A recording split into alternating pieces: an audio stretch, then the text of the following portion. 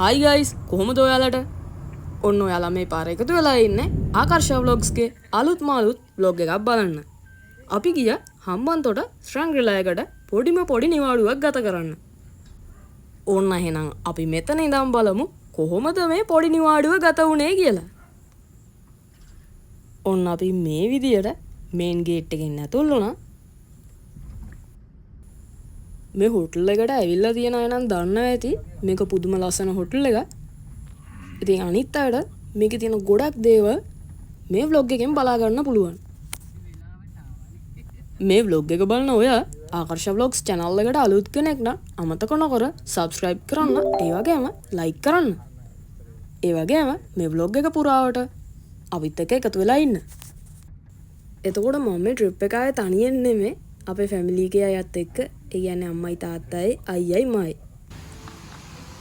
මෙයාලගෙන් අපිට පොඩි වෙල්කම් එකක් හම්බ වෙනවා නේද? වෙල්කම් ශ්‍රැංග්‍රීලා හම්බන්තොට.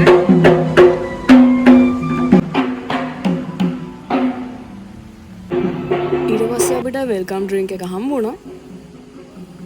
අනික් අය ඉඳන් ඉන්න අතරතුරේ මං ආවා.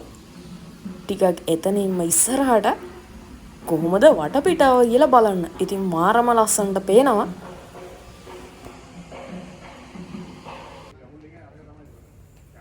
එතකොට මේ ඉස්සරහින් එන්නේ ආකර්ෂා vlogs. එතකොට පිටිපස්සේ අයියා ඉන්නවා, තාත්තයි අම්මයි, අපි හතර දෙනා තමයි ආවේ.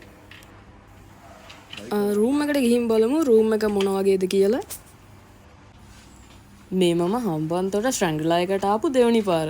ඉතින් කලින් පාර ඇවිල්ලා හරියටම අවුරුදු 8කට පස්සේ තමයි ඔන්න මේ පාර මම ආවේ. එතකොට රූම් එකත් එක්කම එළියේ ලස්සන view එකක් පේනවා. ඈතින් මුහුද පේනවා. ඉතින් හැමතැනටම යන්න පහසුයි.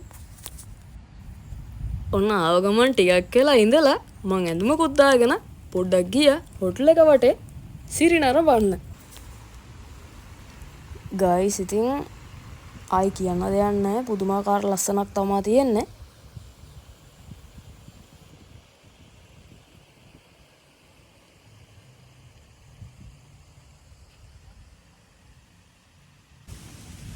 ගයිස් එහෙනම් ඔයාලත් එන්න මාත් එක්ක ටිකක් ඇවිදින්න.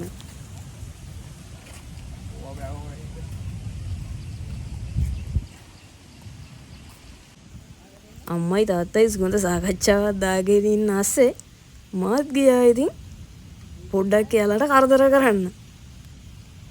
සාමාන්‍යයෙන් මම නම් දකින විදියට අපි මේ ගත කරන කාර්යබහුල ජීවිතෙත් එක්ක මේ වගේ පොඩි නිවාඩුවක් අනිවාර්යෙන් තියෙන්නම ඕන. ඔන්න තාත්තත් ඊට පස්සේ අපි හිටපු තැනට ඇවිල්ලා පොඩි තල්ලුවක් දුන්නා. හවස ටිකක් වෙහිබර කාලගුණයක් තමයි තියෙන්නේ.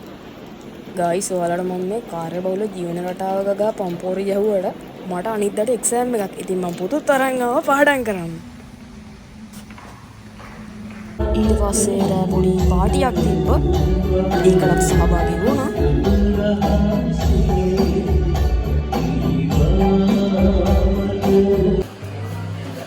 ඔන්න එතන ටිකක් වෙලා ඉඳලා ඊට පස්සේ අපි ගියා ඩිනර් එක ගන්න. ගයිස් ඉතින් හෙදෙන වයස කාලා බීලා ඉන්න එපා. ඒක නිසා මම හොඳට කෑවා. ඔන්න කොහොම වුණත් අනිද්දාට එක්සෑම් නේ. ඉතින් මට එක්සෑම් එකට ගිහිල්ලා ට්‍රිප් එක ගැන ලියන්න තමයි වෙන්නේ. ඒක නිසා මෙහෙම ඉඳලා හරියන්නේ නැහනේ. ඔන්න මං රෑ ටිකක් වෙලා ඇහැරන් ඉඳලා එක්සෑම් එකට වැඩ කරා. ඔන්න ඊළඟ දවසේ උදේම බ්‍රෙක්ෆාස්ට් එකත් අරන් අපි හොටල් එක වටේ තව ටිකක් ඇවිදින්න ගියා. ඒ කියන්නේ හොටල් එක පුදුමාකාර ඉඩපරාසයක් තුල විහිදිලා තියෙන නිසා බලන්න දේවල් ගොඩක් තියෙනවා, ඇවිදින්න තැන් ගොඩක් තියෙනවා. අපි එහෙනම් දැන් යමු බීච් එක පැත්තට. ටිකක් රැල්ල එහෙම පාගලා එමු. ඔයාලට ඇහෙන ඇති හොගානා පොකුණේ සද්ද.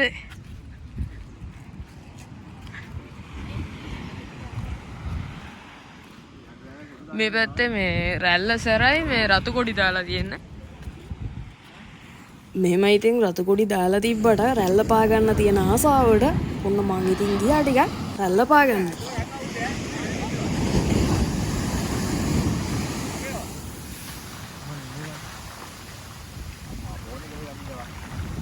ඊට පස්සේ ටිකක් අපි ඇවිදගෙන යද්දී වෙනම පොඩි ගැමි පැත්තක් වගේ හදලා තියෙන හොටල් එක ඇතුළෙම කඩමණ්ඩිය කියලා එකක්. දැන් එහෙනම් අපි කඩමණ්ඩිය ඇතුළට ගිහින් බලමු මොන වගේද කියලා.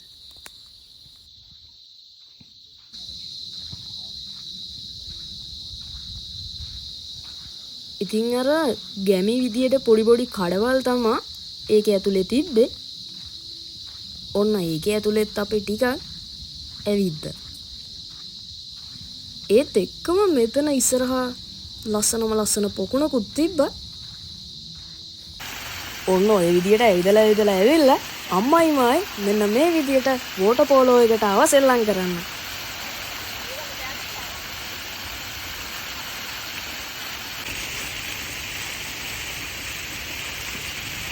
මෙහෙමයි ඉතින් අපි කොච්චර ලොකු වුණත් මේ වගේ ඉතින් සෙල්ලම් කරන්න තැන් තියෙද්දි ආයෙත් ළමා මානසිකත්වෙම තමයි ඉතින්.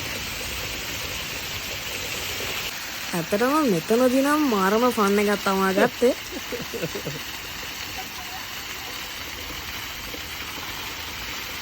ඔන්න ඒත් එක්කම එහා පැත්තේ පූල් එකට වැටෙන විදියට පොඩි වෝටර් ස්ලයිඩ් එකක් තිබ්බා. මං ඉතින් ඔන්න ඒකටත් ගියා. මෙහෙමයි ඉතින් අපිට හැපි එකේ ඉන්න පුළුවන් ටයිම් එකේ පුළුවන් තරම් හැපි එකේ ඉන්න ඕනේ. ඔන්න ඊට පස්සේ දවල්ට ලන්ච් එකත් අරගෙන රූම් එකට ඇවිල්ලා හවස් වෙනකම්ම පාඩම් කරා. කාලේ ගියා තේරුණෙත් නෑ ඒ තරම් ෆුල් හැපි එකේ හිටියේ. හොටල් එක මේ විදියට පුදුමාකාර ලස්සන විදියට සරසලා තිබ්බා. මොකද එදා පූල් එකේ ගිනි සංදර්ශනයක් තිබ්බා. ඒක මම ඔයාලට පෙන්නන්න. ඔන්න ඊට පස්සේ අපි ආවා ඩිනර් එක ගන්න.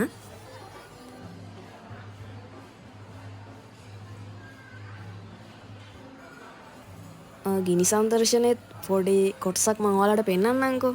ඔන්න බලන්නකෝ.